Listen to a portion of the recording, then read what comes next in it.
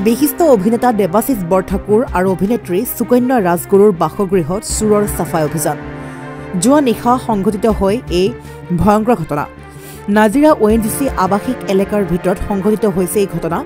বিশিষ্ট অভিনেতা দেৱাশিষ বৰঠাকুৰ আৰু অভিনেত্ৰী সুকন্যা ৰাজগুৰুৰ বাসগৃহত চুৰৰ চলিছিল চাফাই অভিযান ONGCৰ এলেকাৰ কাটকুটীয়া নিৰাপত্তা বেষ্টনীৰ মাজতে সংঘটিত হৈছে এই চুৰি কাণ্ডৰ ঘটনা ঘৰত কোনো নথকাৰ সুযোগ লৈ চুৰে লুটি লৈ গ'ল প্ৰায় 20 লাখ টকাৰ সোণৰ অলংকাৰ লগতে অন্যান্য সামগ্ৰী ONGC আৱাসিক এলেকাৰ চৌদিশে 25 নং বেটেলিয়ান আৰক্ষী গিজগিজাই থকাৰ পিছতো এই ধৰণে চুৰি কাণ্ড হোৱা ঘটনাই আতংকিত কৰি তুলিছে আৱাসিক এলেকা পৰিয়ালসমূহক নাজিৰৰ পৰা ৱাহিদলি ৰিপৰ্ট নিউজ এছাম চুৰ হৈছে একদম এতিয়া মই একো ক'ব পৰা অৱস্থাত নাই দেই এনে কিমান মান বস্তু অলংকাৰ তোমালোকৰ নিছে 10-15 লাখ মান হ'ব 10-15 লাখ মান চাওঁ আমি এতিয়া আগবাঢ়িছো তেওঁলোকৰ লগত কথা পাতিছো সিকিউৰিটি সেকশনে কেনেকে কি কৰে এতিয়া সব ক'ব পৰা অৱস্থা আপুনি খুলিছে এতিয়া লক হয়নি আপুনি লক কৰকচোন এটাতো লক নহব কাৰণ এটা ওলাই আছে নহয় মই মানে এনেকে লক খুলিছো হেতু তেতিয়ালৈকে এটো ইয়াতে সোমাই আছে মোস্ট প্ৰবেবলি চাগে মই খোলাৰ পাছতে খেতেকে তললে পৰিছে কথাটো গম পাইছে না আপুনি এইবিলাক বেলেগ কথা নাই গম পাইছে একদম এই দুটা লকাৰ বন্ধ আছে অকল এইটোতে এটেক কৰিছে আৰু মাৰ গডৰেজ একো এটেক কৰা নাই কিমান মান টকাৰ বস্তু আছিল 15 লাখ 15 লাখ চকুমুটি 15তকে এবভ হলেও কম নহয় কাৰণ মোৰ হাজবেণ্ডৰ আৰু মোৰ বেবিৰ বস্তু আছে আপোনাৰ কেতিয়া আহিছিলে এতিয়া হি জাষ্ট সোমাইছো আৰু মানে ঘৰটো সোমোৱাৰ 15 মিনিটছ 20 মিনিটছলৈকে আমি গম পোৱা নাই যে কিবা ইয়াত বস্তু হেৰাইছে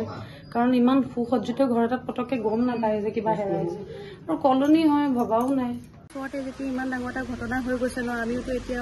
ইয়াত ভাবো ONGC কলনী বহুত ছেফ হয় ন আমাৰ ইয়াত তো আমি এতিয়া কি বিশ্বাসত এনেকে ইয়াত লগত থাকিব পাৰিম একোতো আমাৰ একো চিকিউৰিটি তেনেকুৱা আছে কিন্তু ইয়াত একো এনেকুৱা হেৰি নাই